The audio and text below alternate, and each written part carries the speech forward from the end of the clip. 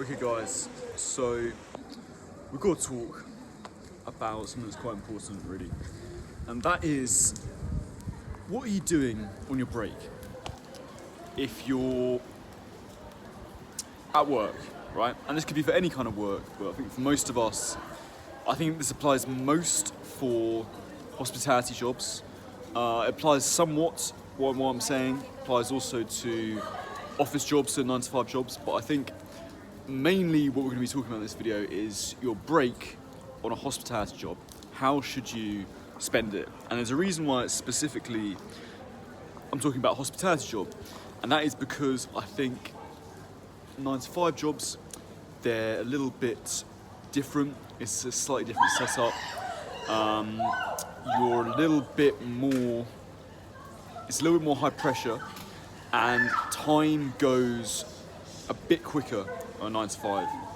And the reason for this is because in 9 to 5 you're using your brain, and you might be doing stuff that feels mundane, that feels boring, that doesn't feel very meaningful.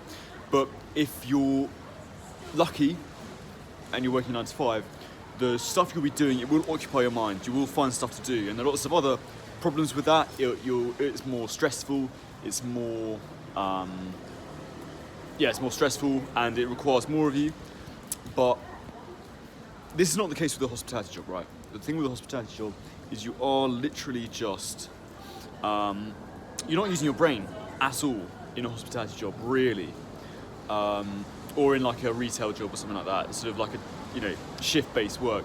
You're not really using your brain. It's not like mental work. You're not a thought worker. You're using your body. It's one of the few jobs in the modern world that people have. One of the few common jobs that is where you actually use your body. And as a result, the main problem with the hospitality job is it's just incredibly boring. That's really the difficult thing. And there's some stuff you can do to mitigate this. You can get jobs that are more interesting. I've worked in hospitality jobs that I've really enjoyed. When I worked in a nightclub, I found that really fun, really engaging. I almost didn't need a break because I was enjoying it so much. But with most hospitality jobs, the thing you're going to come up against is the fact that it's just incredibly boring. And time is basically all you need to do. It doesn't require skill or effort really. It just requires you to be able to suffer through that incredibly boring period. That's really all it is. And just keep yourself together in that time and do what's asked of you, which is physically quite demanding, can be quite demanding physically. But generally it's the real challenge with a hospitality job is just the grind and that boredom involved. So, question is, what did you do with your break? The break's very crucial with a hospitality job because for the first time in your hospitality job, you're not counting down the hours. You're actually doing something that's fun, and you're still working towards that end goal of the job finishing, and then you can get to go home. But it's actually fun. You can do what you like in this time period. And you'll know this if you've worked a hospitality job ever in your life before. Like, this time is so precious. Like when you got that half an hour break or that 15-minute break, whether you're working in a bar or a cafe or a restaurant or whatever it is. Sorry guys, it's a bit wet where I am right now. And yeah, so it's really important to us, I think, that we do something, we use that break well, because it's a really precious time if you're in a hospitality job. And so what are you going to do? Well, I've done a lot of thinking about this. And here's what you don't do, right? What you don't do, and it's really hard, but what you don't do is go on your phone.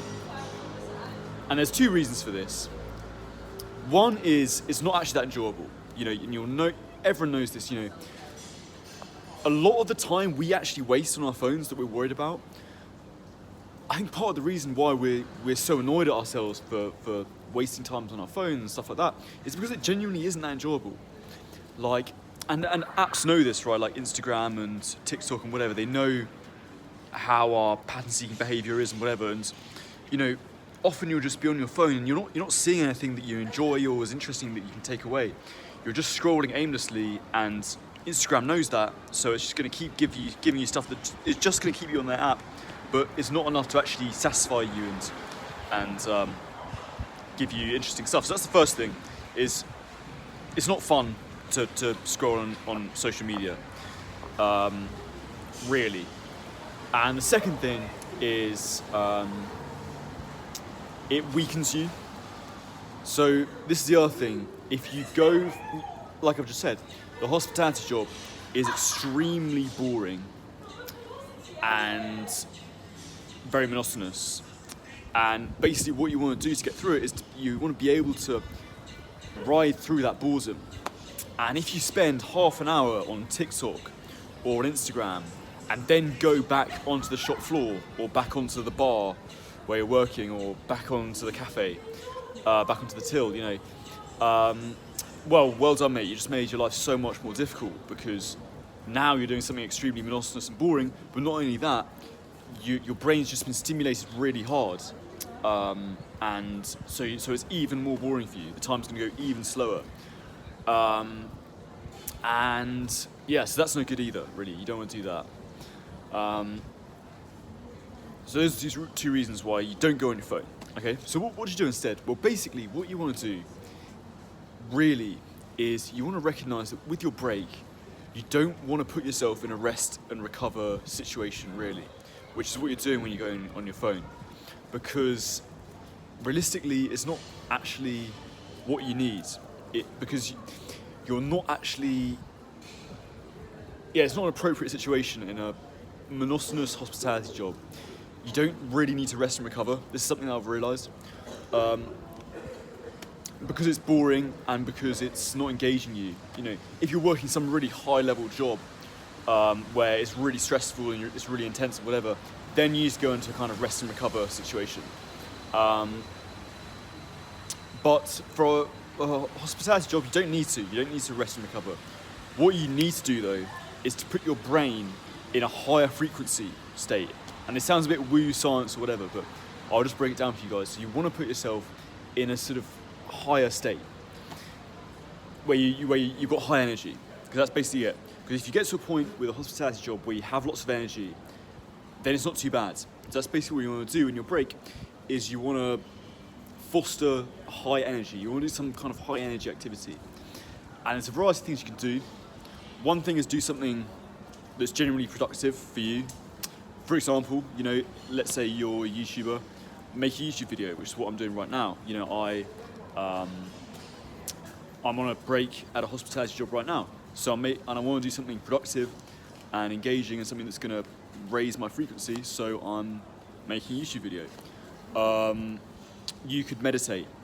You know, a little 3-minute just breathing exercise will just, it sort of calms down a lot of that anxiety you get from being in a very boring environment. That's another thing you could do. If you want to use social media, if you really have to, watch, have a list of videos that you want to watch on YouTube or something like that, like on a watch later playlist or something like that. Something that you're genuinely interested in. You know, let's say you're interested in these kind of videos, like self-improvement videos. Just have a list of saved videos that you want to watch about self-improvement and watch them on your break. You know, something like that where it's genuinely engaging you.